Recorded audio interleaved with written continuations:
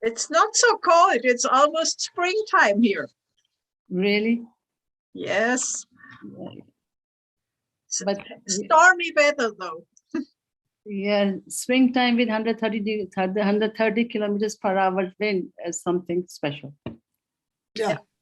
The wind has been very nice. Today, I think it's not going to go up to 130. It was a week ago, the storm, but now it's going to be about 80 kilometers an hour, which already is quite a wind.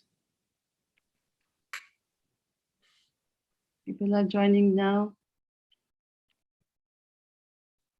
Yeah, it's a working day, so I think we'll give them a few minutes to join. 5:30. We'll wait till 5:30. Give them a couple minutes.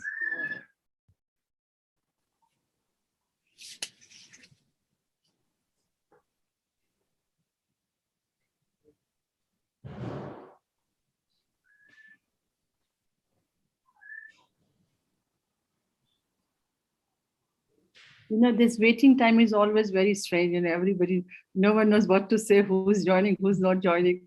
We must have some kind of conversation to keep ourselves alive. Huh? Have you got a count on how many have joined so far? Yeah, it's coming. It's going up 31, 32 right now, something like that. So, okay.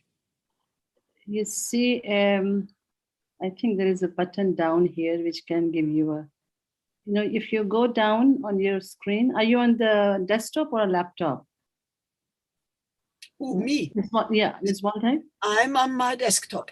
Desktop. Go down, there will be a icons, there'll be like it's a participants where you can see how many people are joining. Mm-hmm. Are you able to find it? No. Somebody can help. I've got a screen there, but no numbers. No numbers? Okay. Where you have 1 plus 1 is 2. No, where you have the microphone and the video. Okay, they're joining in. They're they're going up. It's 38. About 38 now, and more are coming in. So good.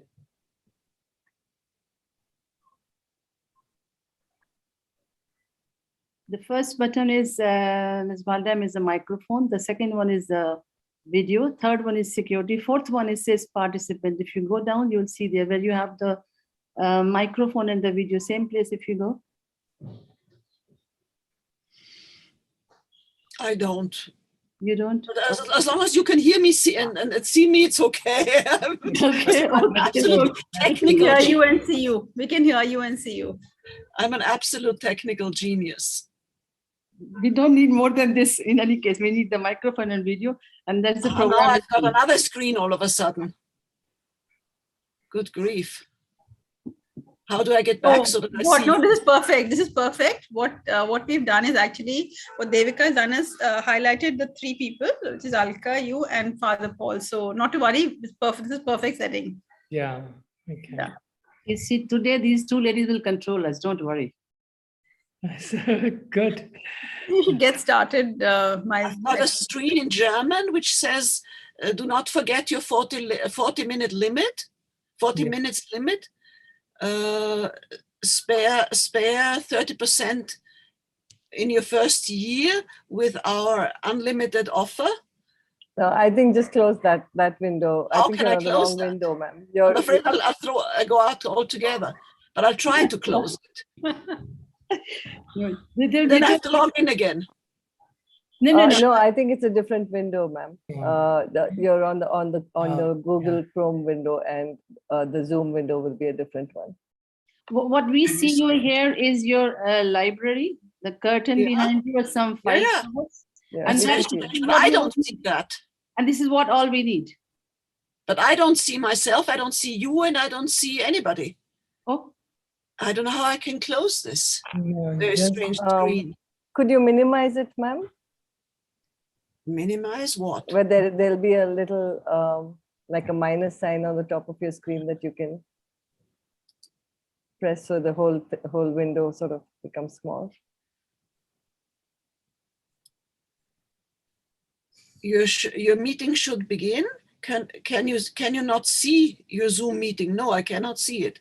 So I'll press on meeting opening again. Okay, press that. No, Here's got you again. But Yeah, okay. good. Hi, how are you? I'm an absolute technical genius. You have to accept. We know that. We know that. We know that. We know that. So, But don't think that any of at least I can speak for myself, not for the others. I'm not better than you. A little bit better, maybe, you know, because I have a young son at home. Yeah, my son unfortunately is not here. I already called him twice this morning. So we are nearing 60 people. Devika and I think we can Madhuri, start, Father. Can we start? Yes, we Is can that start. working? Thank you. Yeah. Okay. So welcome everyone. We are starting the meeting now. And this is a wonderful occasion for us to be together. We have the honor and the pleasure of having Miss Waldheim Natura. She's a UVN personality to be with us.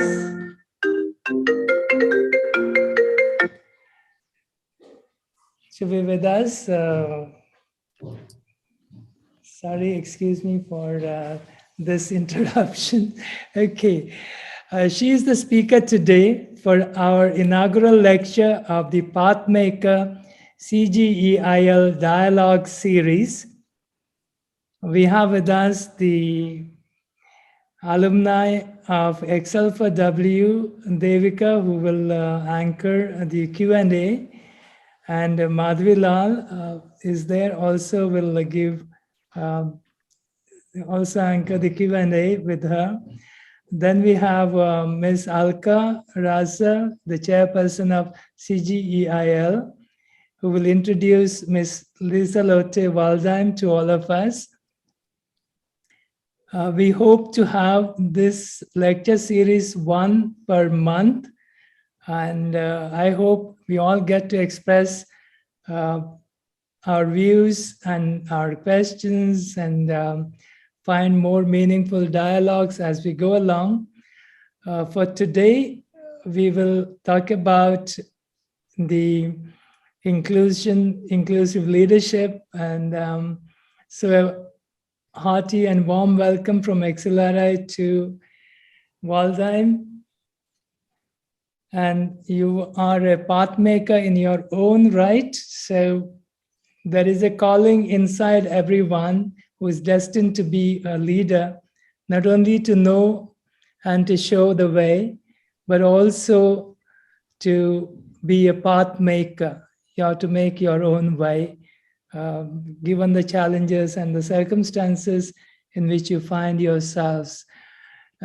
We have also with us the director of XLRI Delhi, Father George, and our dean, Ashish Pani, and many other distinguished personalities today.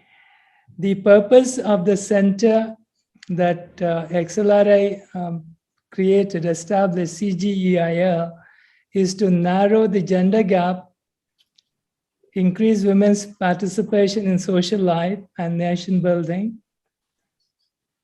However, as we discuss, you will find that diversity, inclusion, equality, and inclusive leadership are not fundamental or absolute values in themselves. They are the way we participate. We have our voice heard with respect and dignity. In love and justice, they become the fountains of wisdom that will guide us and our more absolute values. Justice and love are greater, and we participate in them through these dialogues as well.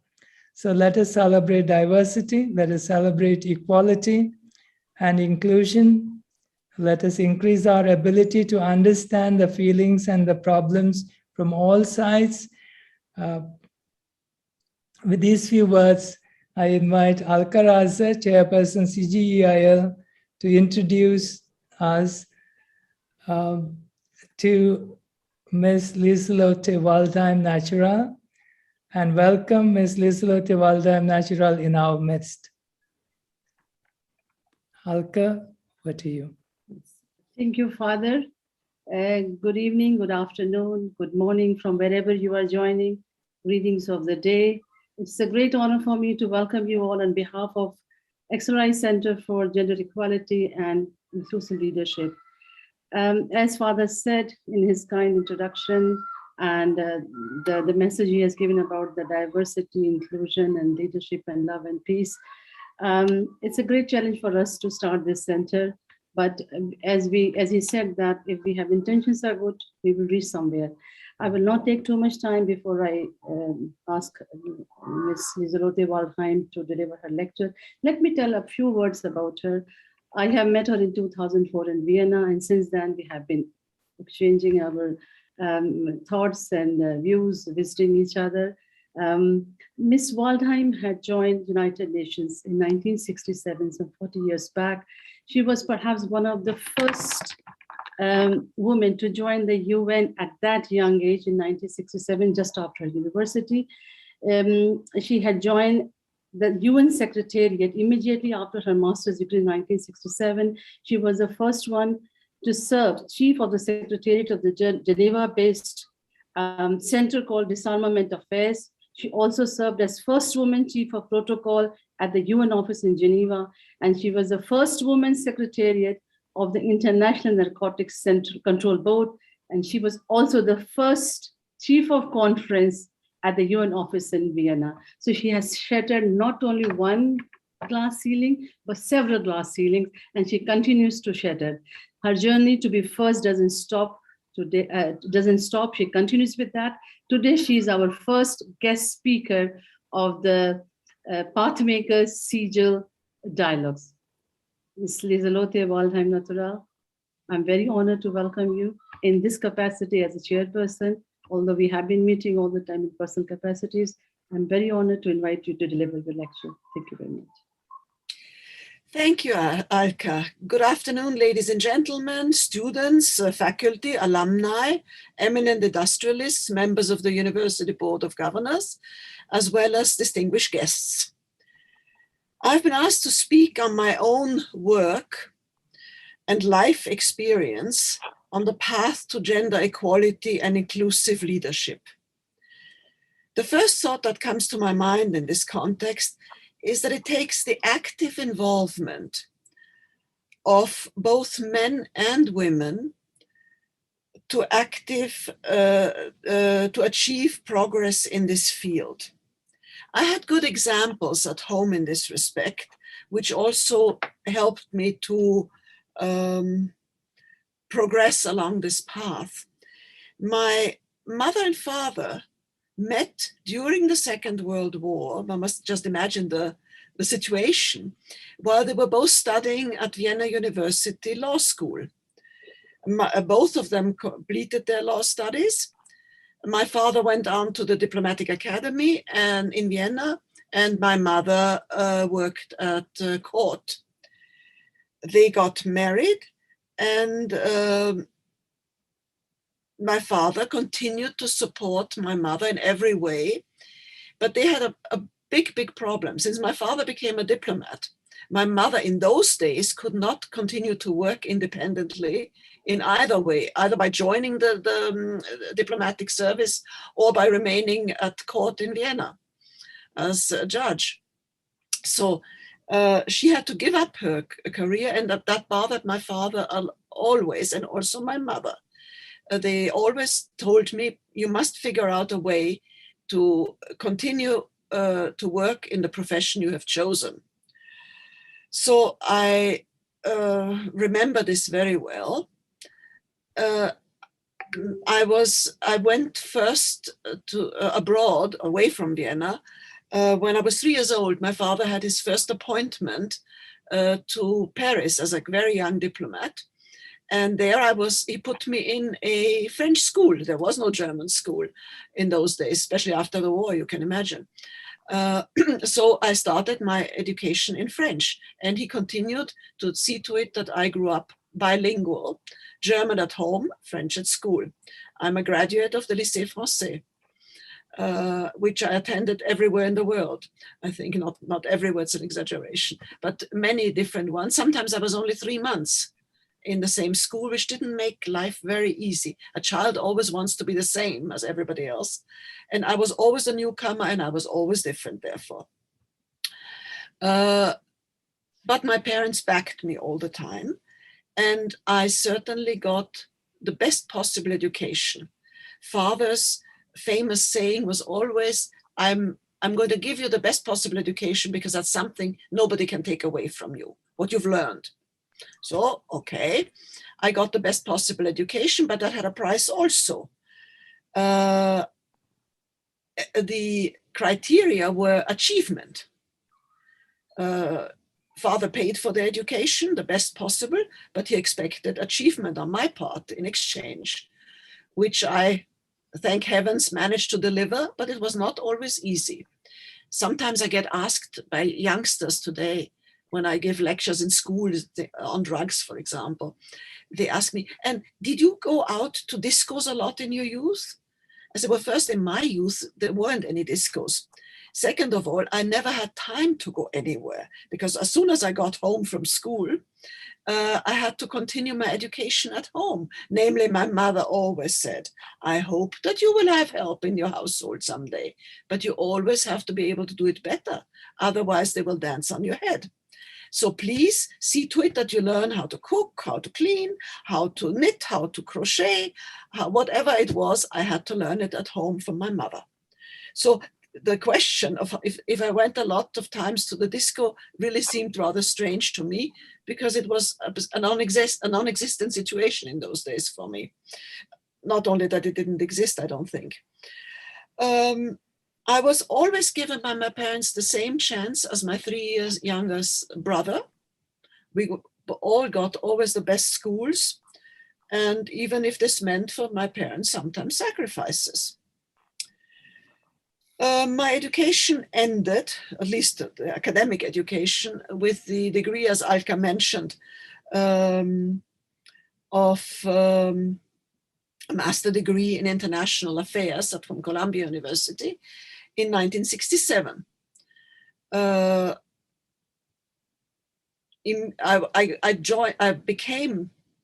turned 22 in May 67.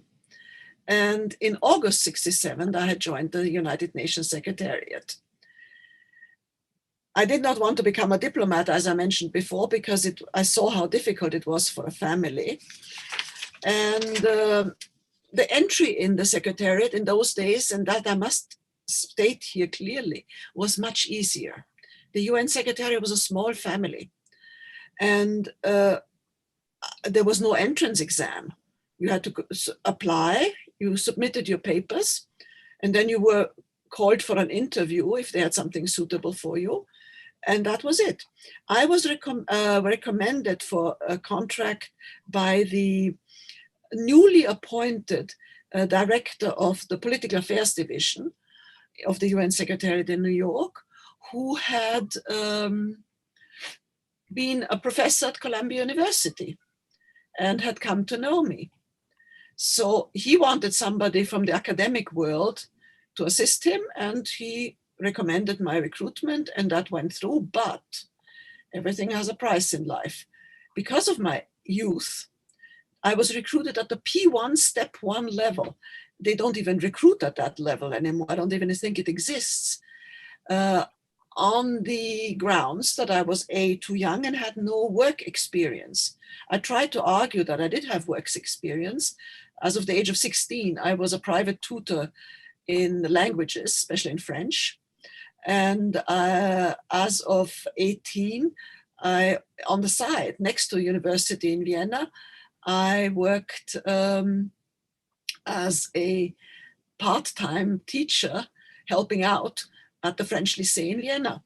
But education was not what they considered work experience, so I was recruited P1, step 1. The one thing that was nice was that looking back, I was certainly, to the best of my knowledge, the youngest woman professional ever recruited, even at that low level, straight from university. I had a friend who studied with me, a French woman, Thérèse Gastaud, who also made her whole life career at the United Nations. She was about 1.5 years older than me, and she joined about 6 months before me, and we were in touch ever since. Unfortunately, she died about 2 years ago. So I was even younger than she was, and I am proud to say that this was, for a long time, a unique situation. After the first 3 months, the first contract was a 3-month contract, and then I got a 2 years probationary contract.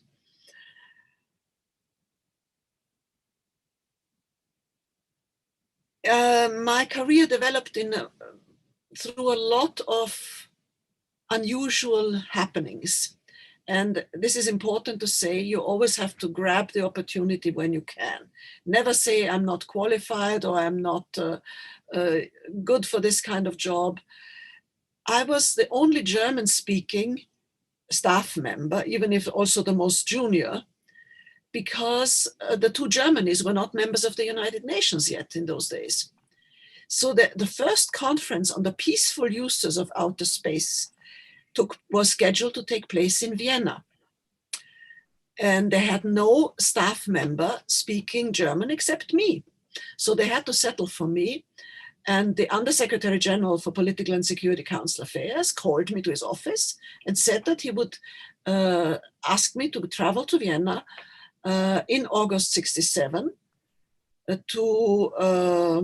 in August 68, about exactly 1 year after I had joined, to assist the secretariat there with my knowledge of German, and especially to assist the Secretary General of the conference, who was an Egyptian, Mr. Abdelghani, very kind, very knowledgeable man, who had made it known that he would not deal with anything of the logistics of the conference, only with scientific questions, and that I was to help with everything else around him that he might be called on to decide. I mentioned at the time to this Undersecretary General, who was Russian, that I was not sure that I was up to that challenge. He said, I watched you for the last year, you'll manage, I trust you, which was also a very important thing at that tender age and with so little work experience. So I went to the Peaceful Uses of Outer Space conference. It was an enormous challenge. I was probably successful because I was so young that I was not a challenge to anybody else or even a threat. They couldn't even be jealous of me. So that went very well.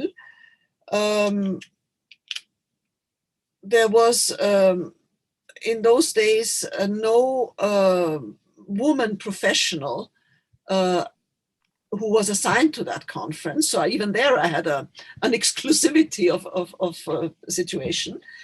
And I was confronted with a number of incredibly important decisions, which normally I would never have been called upon to make decisions on. The first thing that happened to me the day after I arrived in Vienna was that I got a call, that is the Secretary General got a call, and I said that I could not pass them on to him. He was not available. Would they please tell me what it was all about? The city of Vienna had received certain exhibits, huge, there was an exhibit connected to the conference of outer space objects. Inter alia, a Russian, what I seem to remember, space missile, a huge long thing, which had arrived in Vienna and which didn't fit into the exhibition hall, which this city government had to arrange this exhibition. They asked the Secretary General of the conference what he wanted them to do with this huge exhibition object, a Russian space missile. And I made my first and only big mistake in that respect. I went to him and I passed the question on to him. He looked at me and he said, look, I told you I didn't want to have anything to do with such things. Please take care of it. So there I sat in my office, 23 years old, and thought, my God, what do I do with this? And then I said, okay, the only thing I can use is my common sense.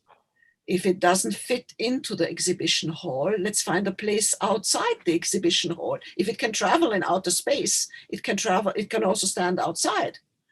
So I called back the office of the mayor of the city of Vienna, and I said, please, the Secretary General of the conference has decided that it should stand in front of the exhibition hall as a kind of symbol of the exhibition, anchored well, because my Secretary General knows that Vienna is a windy place like today, and that nothing should happen to this very prominent exhibit. And so this missile was mounted there, anchored well, and became a kind of symbol for the conference. I was confronted with numerous issues of that kind. Sometimes I had to address for further questions elsewhere. At the time, I had only the knowledge of a daughter of a diplomat about protocol. But for example, the two Germanys wanted to know how they would be seated in the conference hall. Well, there I passed it on to the protocol in New York, and then they told me how they would be seated, and I passed on the information. But I was constantly confronted with questions that were way above my experience to decide, and I had to figure out how to answer them. It was an extremely useful experience. I came back to New York. The Undersecretary General called me to his office. He said that he was grateful that I had accepted this assignment. He knew that it was not easy for me, but I had done a good job, and he thanked me as much as he could. This again was very useful for later, because very shortly after my return to New York, I saw a vacancy announcement of the United Nations Secretariat in a P2 post, and I was still P1, in the, what was then the Disarmament Affairs Division. So I applied for it as properly as I could, and I was called to the office of the then director of this division. It was a man. It was my first experience with discrimination, a very shocking experience. He asked me to stand at the other side of his desk, looked me up and down with a not friendly look at all, and said, I just called you to tell you that I received your application, and that as long as I'm director of this division, there will never be a woman in the Disarmament Affairs Division. I tried to gently say that there had just been 2 resolutions passed in the General Assembly about equal rights for women in the Secretariat, but that didn't impress him at all. So I left, and I was profoundly shocked. As I say, it was my first experience of real discrimination because I was a woman. I stood in the corridor. I must have looked rather disheveled, psychologically upset. And who came along? The Russian Undersecretary General, who had just thanked me for the good job I had done in Vienna. He looked at me, he said, are you all right? I said, well, not really, sir. And I told him what had just happened. He said, oh my God. And that just after the resolutions had been passed in the General Assembly. That is not correct. I will see to this matter. Walked in, and a few hours later, I was informed that I had been chosen for the job. I don't have to tell you that my existence in a division where the director didn't want me, but was forced to take me, was not exactly pleasant. But like in everything in life, there are also pleasant aspects. There was his staff around him, his deputy, the senior staff, and they all took a liking to me. They gave me interesting reports to write. They briefed me. We went out together for lunch. That made it livable for me, because I think if the director had had his choice, he would have locked me up in the broom closet. Anyway, that was my, as I say, first exposure to discrimination, but somehow it turned out not to be as bad as I had feared. The other type of, say, resentment that I was made to feel was mostly from other women. Because since there was no G2P, namely general service to professional exam in those days, the only way that women could progress, even though they might have had an academic degree but were not recruited or it was not taken into consideration, I don't know what the reasons were, but there were a number of secretaries, administrative clerks who sacrificed everything in their life, had no families, no children, only to be dutiful servants to their bosses, who were to the 99.9% men. They gave them everything they had. And I'm sure you understand what I mean. And then they are confronted with a young woman, 22, 23 years old, coming in fresh from university at the professional level. These women did resent me and resented also my friend Therese. We had the same fate in this respect because they felt that they had more unfavorable conditions than we had because we were allowed to enter at the professional level. So the UN has progressed a lot since then. Now there is a general service to professional staff exam, and this kind of, let's say, hanky-panky promotions were not allowed anymore. There were, most men supported me, and in all my positions at the beginning in New York, because they were developing, I think, rather more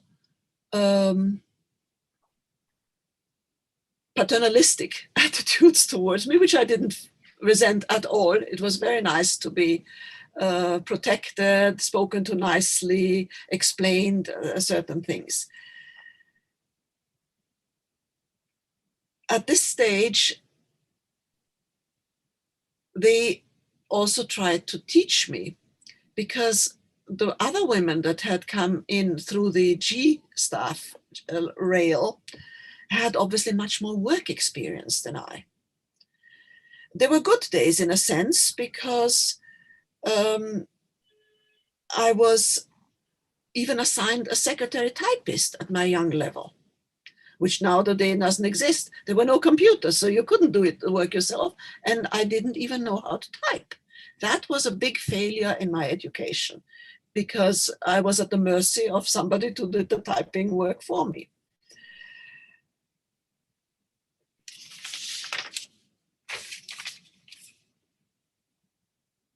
Then, what was my next? Then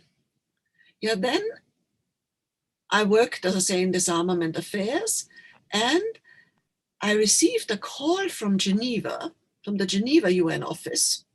There was no Vienna office in those days, just to position it for you. There was a New York headquarters, and there was a Geneva office, which was the only European office then, and there were regional offices, which I only got to know later. But the Geneva office called me and said, we saw what a good work you did in Vienna. That's why I always say every experience is important at some stage in life.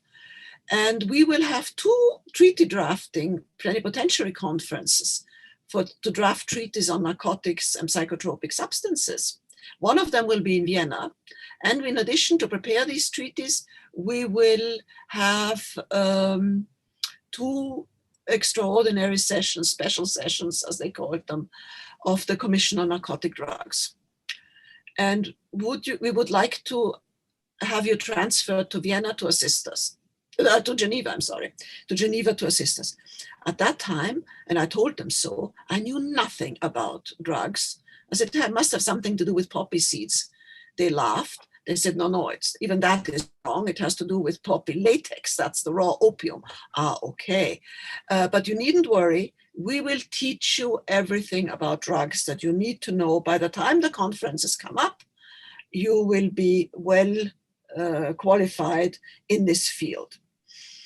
Seemed strange to me, but okay, why not?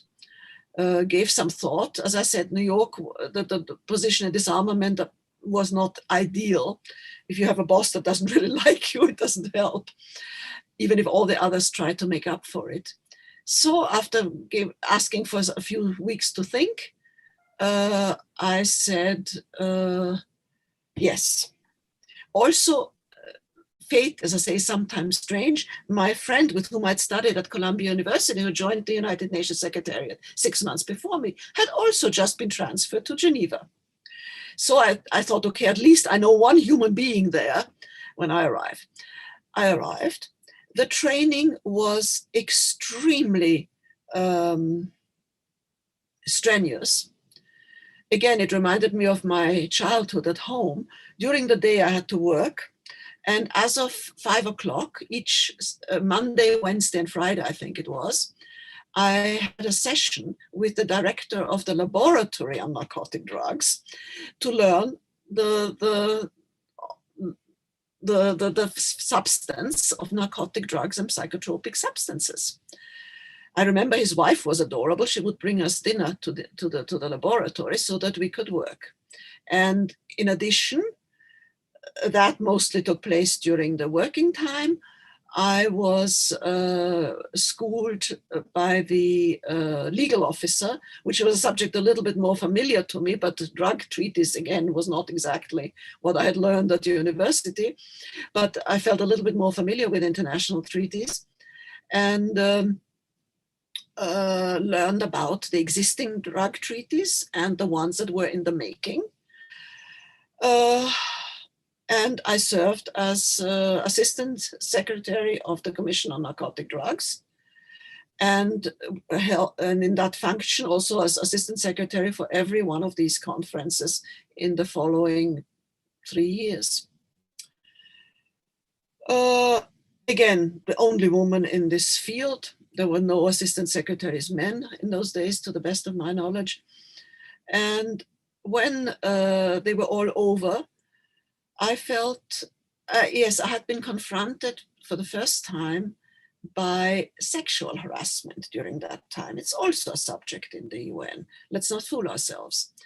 I was self-confident enough and tough enough not to fear serious consequences on my career.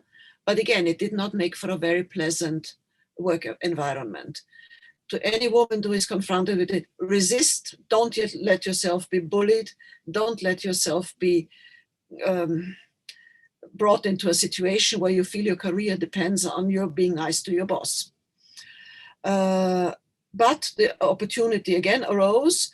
The division had opened a unit for field operations. The Fund for Drug Abuse Control had just been opened, and the field operations unit had a new boss, and I took the opportunity and immediately applied for a position in field operations, which was great fun. The man was wonderful, a wonderful boss. I learned everything about integrated rural development from him. He allowed me to take leave from the office once a week to follow courses in agriculture. In Geneva, that was not easy because there was no agricultural faculty in Geneva, but there was a phytosanitary institute which catered to the local farmers, where they could bring their insect samples and their whatever fungus on their plants and the problems with their animals. And so I went there and I said, look, I need to learn certain things, rudimentary about vegetable crops, rudimentary about fruit crops, and I need to know how to make soil analysis. And they were very kind. They took me in a half a day each week to learn these things. And in between, I started to develop with my boss projects in Thailand, Laos, Burma, Afghanistan, Pakistan for crop substitution. Those were our first projects. I immediately added that crop substitution alone would not bring a solution, but that it would have to be as part of integrated rural development, because crops alone will not help if the women are the labor force to harvest the drugs, if they don't know how to read and write Thai, to take their crops to the legal crops down to market, and so on and so forth. The projects were up in the Thai highlands with the nomadic tribes. So it was a wonderful experience for me. It was a huge challenge. It was not always easy. Again, I was the only woman with all my team there. They were all men, both on the Thai side and on the international side. But I had no problems in that respect there. With the Hill tribe people, they had never seen a white woman. If they had seen white people, they were mostly missionaries and men, therefore, again. But when I left 5 years later and I told them that I had to leave because I was pregnant, they immediately offered, oh, stay with us, we'll help you raise your child, no problem. That wasn't exactly what my husband and I had married in the meanwhile, had in mind. So I explained to them that my husband also wanted to have to see the child and see it grow, and that therefore I could not come back to be with them, but that I would hope to ensure that there would be somebody else following me and so on. So it was an extremely positive, creative experience with some sad incidents. As I said, it was a dangerous position. One should not underestimate it, especially for a woman. They shot an elite paratrooper who was detached to assure my safety in the highlands amongst the hill tribes. That would not have been necessary, I found out later, because I was no threat, not even to the traffickers of drugs, because they didn't take me serious. What was a danger to them was a guy in uniform, and that's why they shot at him and not at me. Later on, as I say, I circulated freely without any problem whenever I went to check on progress of various projects, many of which I had developed myself. They were also quite successful, I must say, looking back today. The problem with the pregnancy was I wanted a child. By that time, I was not that young anymore. And I was happy to be pregnant. But I realized very quickly that in the United Nations environment, and now we come to another subject, namely working mothers, it was not a good idea to let it be known that I was pregnant, especially since I was looking for another job again. I couldn't go back to work in the north of Thailand or Laos or Burma or Afghanistan or Pakistan for that matter.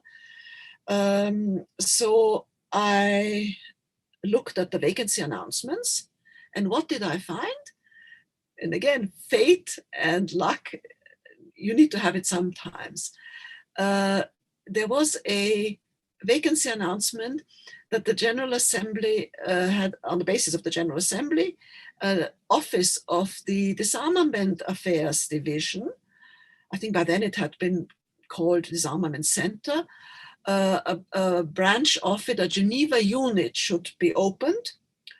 And they were looking for somebody who would find office space, recruit staff, and head the office at the beginning. I quickly inquired who was the director of the then Center for Disarmament. It was no longer the man who had never wanted a woman in that field. It was his deputy, who was now the director.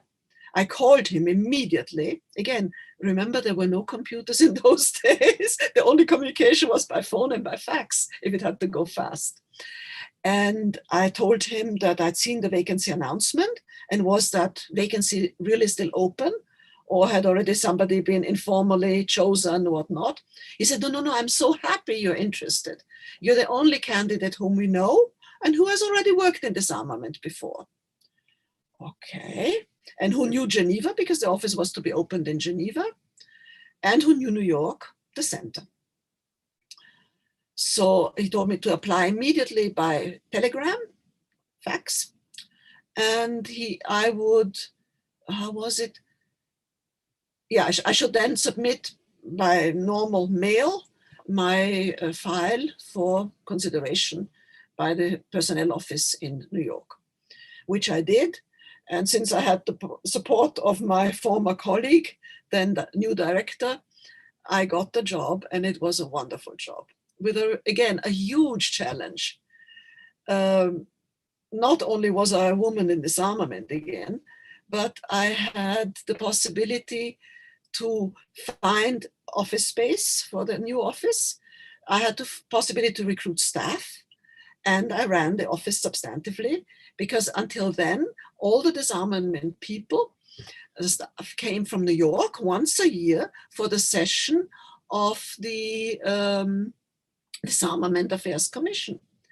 Like a little bit like the problem of in the EU, where you have part of the EU, you have the EU Secretariat in Brussels, and you have the Parliament in Strasbourg.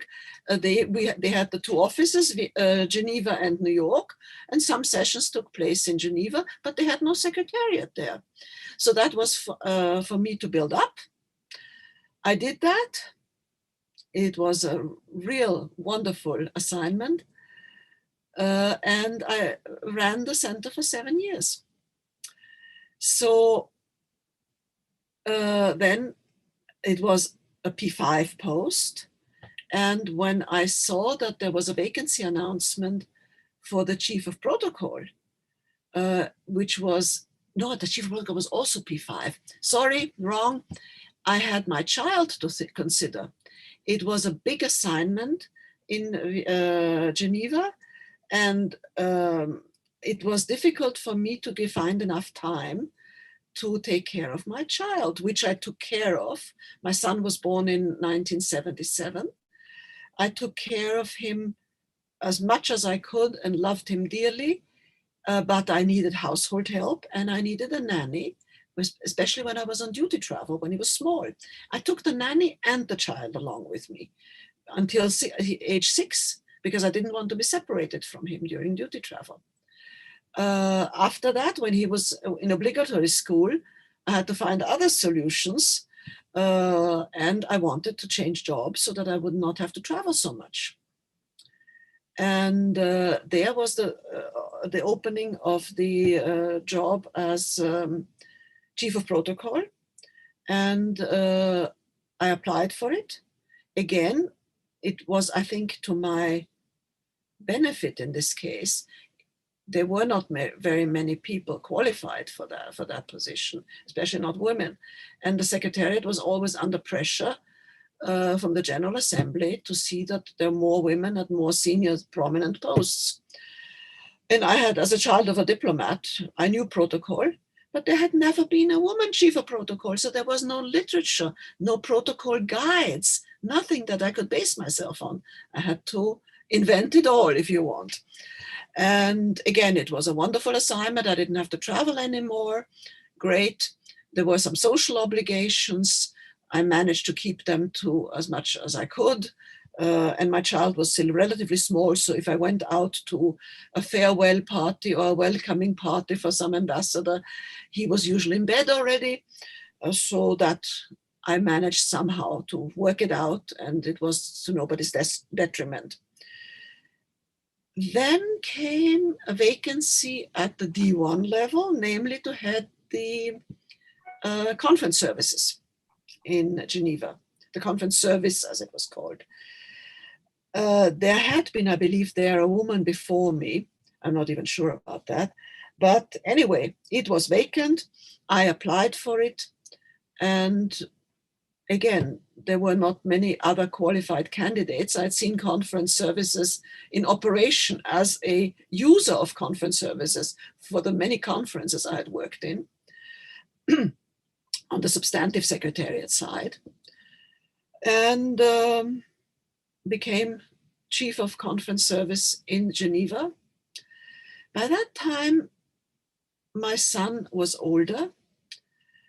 And while I had always involved him in my job as much as I could, especially drugs was a very interesting subject, and that I can only give as an advice to women, try to involve your children, let them share in your professional know-how.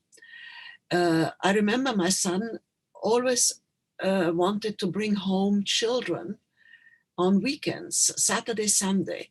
And I would say, darling, this is the only time we have for ourselves. Do you really want to bring John, Dick, Harry, Lena, or whatever they were called? He said, Mommy, you have to speak to them. You have no idea what nonsense they hear from their elder brothers and sisters about drugs, especially about so-called soft drugs, which I told him was a nonsensical term, and so on. So he was quite knowledgeable about drug abuse and managed to detect very early who around him spread nonsense. And if he couldn't convince them himself, he would bring them home to me. And then he asked me to speak at school gatherings and so forth, to also help educate parents.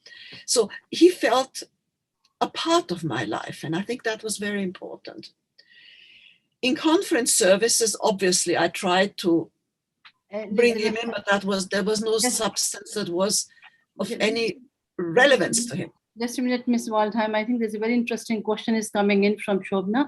Devika, Yes. would you please read the question? So before she travels to Vienna, we can take this question because that's a very relevant question. Devika, Yeah. please read the question. Thank you very much. Yes. Sorry, Ms. Waldheim.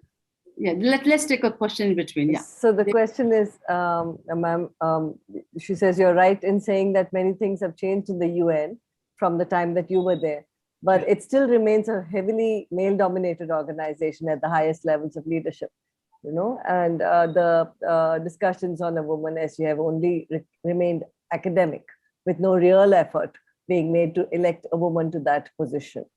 So when do you think these still existent glass ceilings will finally be broken? And I'm adding to that question, and what will it take to do that? Thank you. That's a very difficult question. First of all, I've been retired for 15 years, so I'm not that familiar with the latest developments. I do see, however, that there are knowledgeable senior women appointed to senior positions. But again, all these posts are filled at the political level, the senior positions. They have to have the support of their government. If they don't have it, it's very, very difficult to reach a senior level. I know of only one woman personally who joined at the P2 level and who made it up to the USG level as a career staff, as a woman, and without any political support. But as I say, she is the exception to the best of my knowledge. That doesn't mean that the women that come in as recommended and appointed by their, they're not appointed, but recommended by their governments to the UN, that they're not qualified. At this stage now, you have a number of senior women very qualified. They made their career in their own government, very often as minister for something that then they have to defend in the UN context, and they are substantively qualified, which was previously, there were no such women available because even in the governments they didn't exist. Now there are a few, as I say, and as I mentioned, there was one woman that I know of that made it in the career up to a senior USG position. How this will continue, I really don't know, because the governments, I still had to swear an oath of office, by the way, when I joined the Secretariat, that I would not take any instructions from my government. The question never arose, so it was not difficult. I mean, I swore the oath, and I went from there on, and I never did receive. But I'm sure that obviously the governments want to have their influential men and women at senior positions, and not somebody that does not feel obliged to the government. It's a very tricky condition. And there's another question that just comes to my mind, because I mentioned before children and working mothers. When I went to the then Undersecretary General for Personnel Matters to deliver my oath of office on the Charter of the United Nations, he told me that he had to take me and that he would give me the oath of office to swear, but that he wanted me to know that he felt it was a total waste of UN resources to hire women. And I was again shocked. And I said, excuse me, sir, but why do you say that? He says, very simple. The first 2-3 years, you're not useful at all because you don't know anything at that level, which again, it proved not to be really true because I learned, and I learned fast. But then you get married, and then you have children, and you quit the job because you can't combine women with children, work with children. And I remembered that when my son was born. He was then long retired, but I, by coincidence, ran into somebody who knew him. And I said, would you give him a message from me? I married and I continued to work, and I now have a child and I continued to work. And I don't think I was a loss for the United Nations Secretariat. I don't know if he ever got my message, but that was the situation in those days. Women were considered not a very good investment because so many left once they had children. And that is a problem not only in the United Nations, that is a problem also in local governments, in local administrations, in every profession, that the women are seen as Ms. maybe Waldheim, let me explain a little bit. Ms. Waldheim had been referring about P1, P2, P5, D1. That's the professional category in United Nations.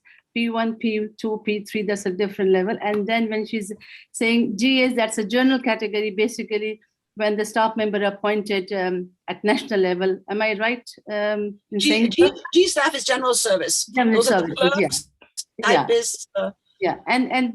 And the person she mentioned, that the one who made to the top from the P2 to Under Secretary General, Angela Kain, she's a close friend of Ms. Waldheim and she has joined us today. Please welcome her also. She's here. Are you there, Miss Angela? Yeah, she is there. Yeah, okay, go ahead. Sorry, yes, I did. And I had been listening because I wasn't sure, and I've been very much I didn't want to mention my name. There's a conversation going on there, so I needed to recognize I don't know, Angela. Yeah, thank you for I don't know, Angela, if you think you're the only one or if you know of another woman who has made it all the way to the top from P2. As far as I'm concerned, I'm the only one.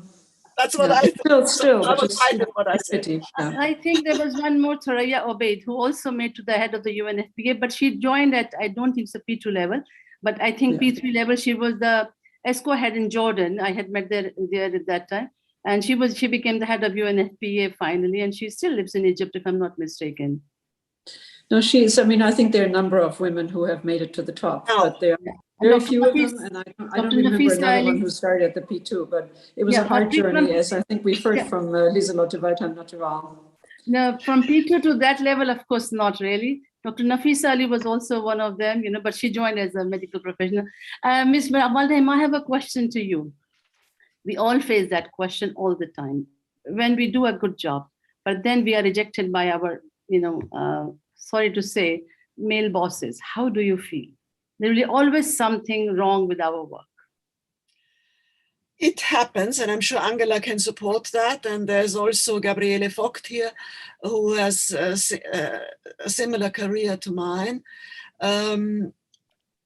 It's something that we have to accept and try to prove them wrong. There's nothing much we can do except hard work, good work, and in the long run they will accept it, or you will move. As I told you, many times I considered transfer, and I did transfer a number of times because I felt the work environment was not, let's say, conducive to my proper development in my career. Again, you have to be open to opportunities, jump on them when they present themselves, never doubt your own qualifications. I must say, you must be a fighter. Let me just complete my tour d'horizon of my own experience. Please go ahead, sorry. When my son was in school, things became more and more difficult. When as he grew older, it was not so easy to be in close touch with him, with my career. And he, I didn't tell you some anecdotes about Switzerland. When I married, my mother-in-law, after the wedding, told me, I hope that you will now become a decent woman. I was somewhat shocked, and I said, my God, I didn't think I was an indecent woman. I have no idea what you mean. She said, well, in our family, never has a woman worked. You don't have to work in our family. You have a husband now who takes care of your needs, and you can devote yourself to your family, your children, your husband, and to the house. And if you want to have some nice occupation, you know, I play the piano, for example. She said, okay. I said, well, I'm terribly sorry. You all knew that I was already professionally active when I married for a number of years. And I left no doubt that I was intending to continue on that path. She was very miffed, and my relations to her were cool, to say the least.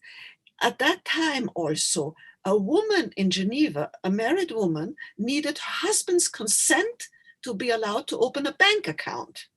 I was lucky, I already had mine because I'd worked before. So there was not an issue in my personal case, but I know from other women that was definitely an issue.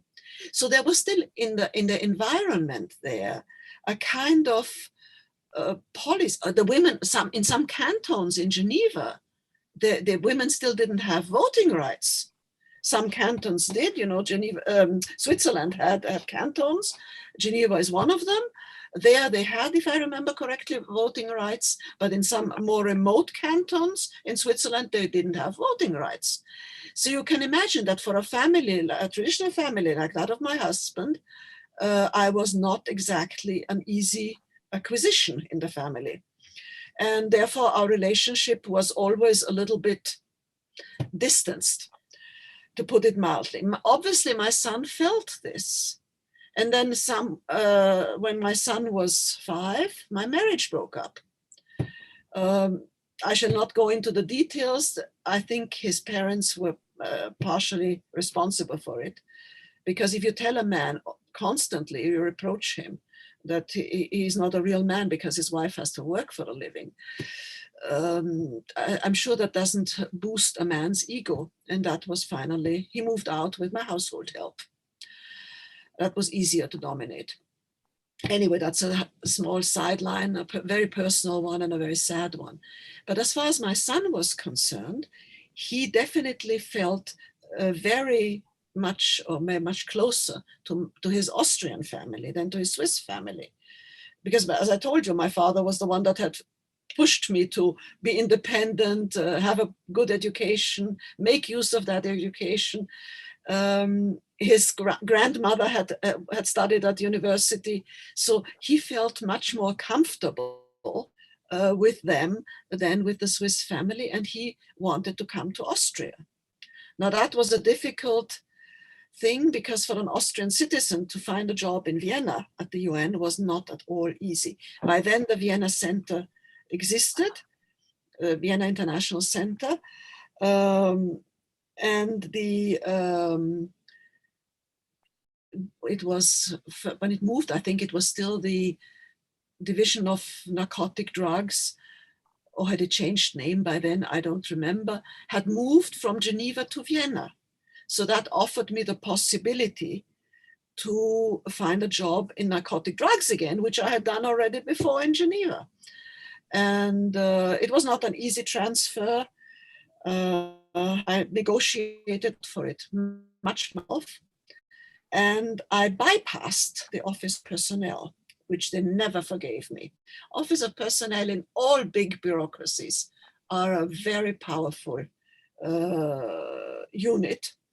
And I negotiated with my predecessor in Vienna, as secretary of the Narcotics Control Board, and I knew he wanted to go to Geneva because he had left his wife and his children in Geneva, that he wanted to go to Geneva. So we arranged and we spoke in New York to the competent Undersecretary General, and he approved my transfer to Vienna and the transfer of the Vienna then Secretary of the Narcotics Control Board to Geneva as Chief of Conference Service. And that was not appreciated by the Office of Personnel, as you can imagine, who had to implement a decision taken far higher above. But that I never regretted it, but they got their revenge. I came to Vienna already as an experienced D1 director at the D1 level, and they saw to it that I never got a job at the D2 level. I came to Vienna at D1 and I retired at the director 1 level. Everything in life has a price. And often it irked me, obviously, but my son got his family here. My parents got me here. I had an interesting job. I never regretted it. The post as secretary of the Narcotics Control Board was fascinating again.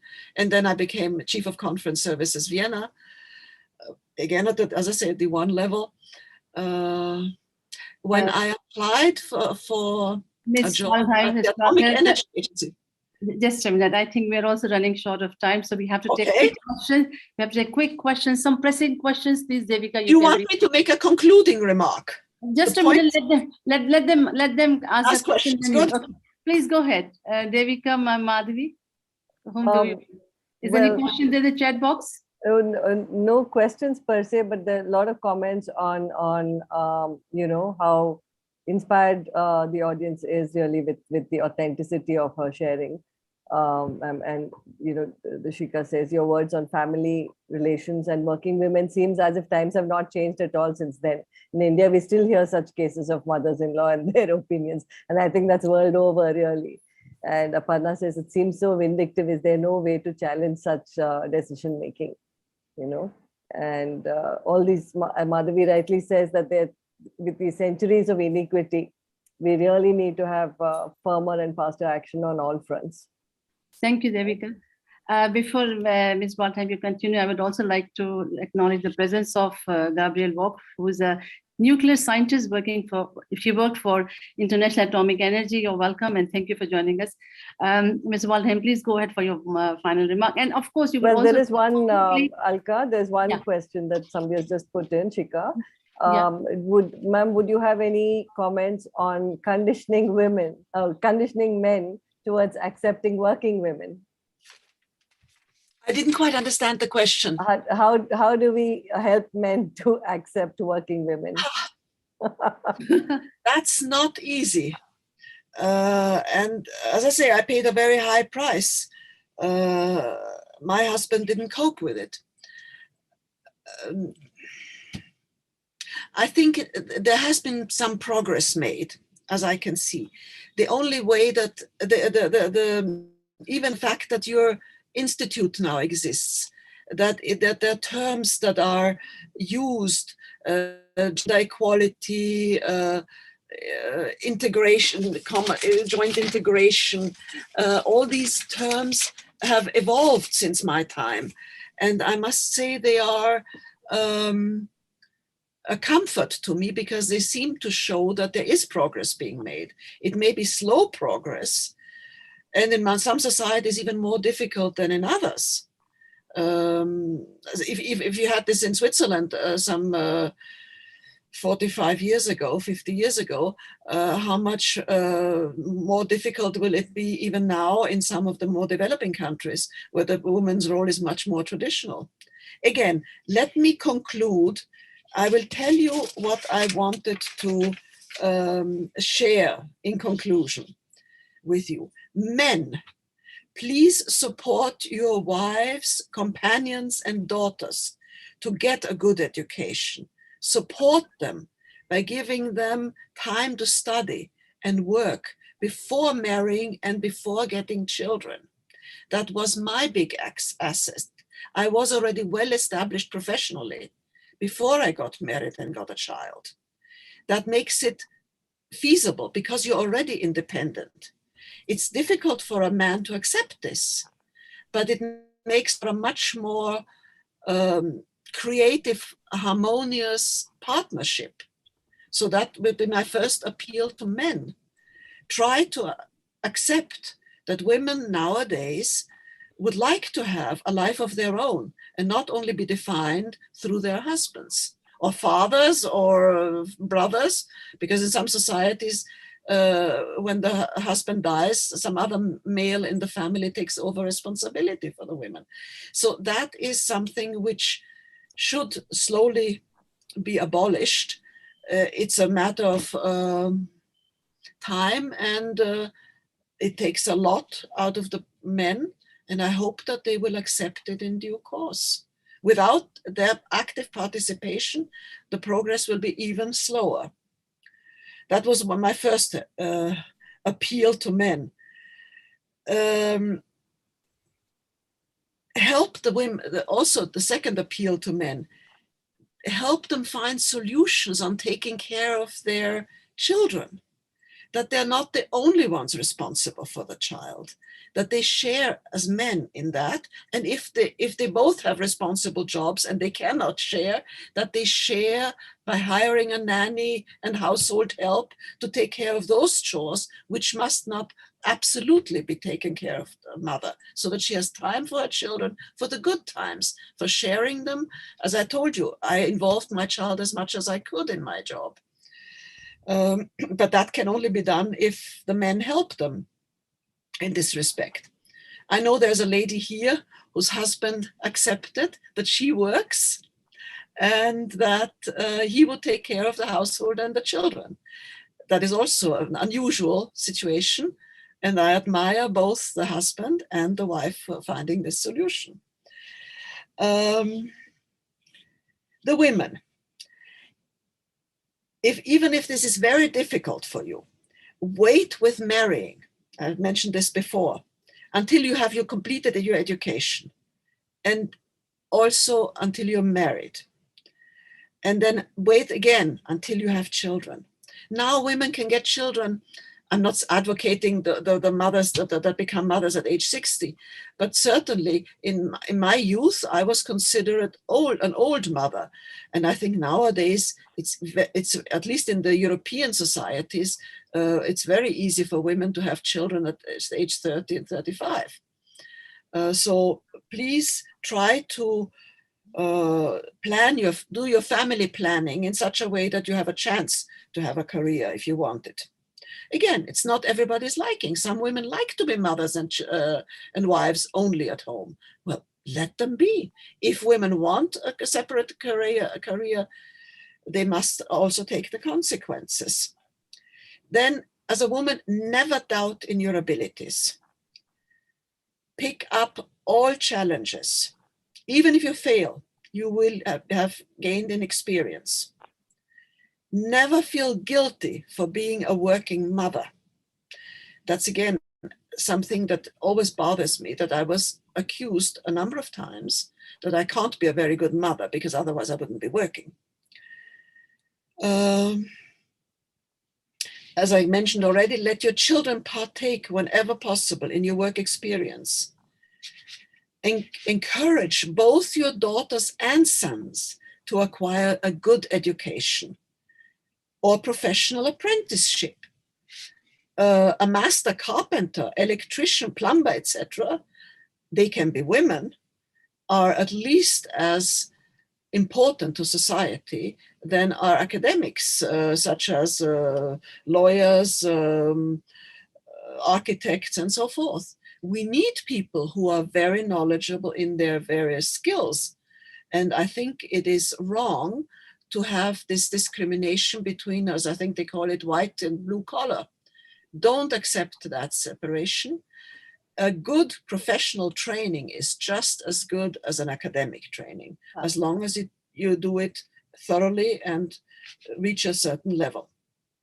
Ms. Desute Waldheim, I think we are pressed with time now. Okay. And all kind of signals from everyone that we had the program for 60 plus minutes. We have crossed that.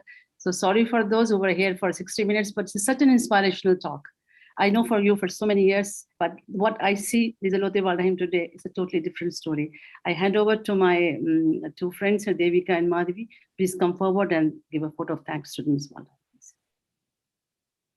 Devika? Thank you, Alka. Ms. Waldheim, I think, you know, the comments in the chat box sort of speak for themselves. Everybody's, you know, just put down how inspired they are with what you have said about your life, you know, given all the odds that you've faced. I'm very glad that you were not locked up in that broom cupboard when you started your career, because we wouldn't have seen all this, right? And I also really liked how you, presented to both men and women the things that we should be aware of and do at a conscious level in order to ensure that there is equity, right? And also that, being a parent and being a career person does not have to be mutually exclusive. That I think came across quite strongly. I also, when you said that you needed household help at a certain stage in your career, frankly, I've never heard a family man, a working family man, say that he needed household help. And that's like really, it's a glaring, show of how there is this kind of discriminatory work allocation across the world. It's everywhere, I think, and I'm glad you pointed that out. Thank you so much for also showing us that one has to, even if you have had privileges of a good education and the chance to apply for, very good global jobs, I think taking the opportunity, I mean, you could have said no, right? You could have chosen to not do these things, but taking the opportunity, having the confidence to just step out there and do things that other women had not done and things that had not been done before, I think that requires a certain courage and a certain confidence that, not everybody has. So thank you for sharing your really interesting life with us. And I think we're all going away inspired by what you have achieved and what you have shown us is possible. Thank you so much. Thank you. And as a last sentence, I have to share with you that life, as far as I see it, is a constant uphill battle in which you must never give up, whether you're a man or a woman.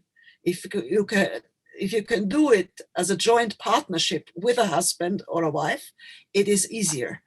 Doing it alone is far more difficult. Yes. Thank you for your attention. Thank you so much for sharing that. And before we leave, I think that's a beautiful thing she said, because jointly we can do anything. And I think with CGEIL, with the Center for Gender Equality and Inclusive Leadership, and XL4W, and the power of XLRI's leadership behind us, thank you, Father Paul, for giving us the space and the opportunity to have this lecture series. And I really think that, we will, I mean, Ms. Waldheim is the first of many interesting speakers we will have in the days to come. Thank you so much. Well, let's meet next month, same time, third Monday of the month. Will be our second lecture. Till then, goodbye. Bye-bye. Bye. Thank you. Thank you. Thank you. Thank you, everyone. Thank you. Thanks a lot. Yeah. Bye-bye. Thank you. Bye-bye. Take care and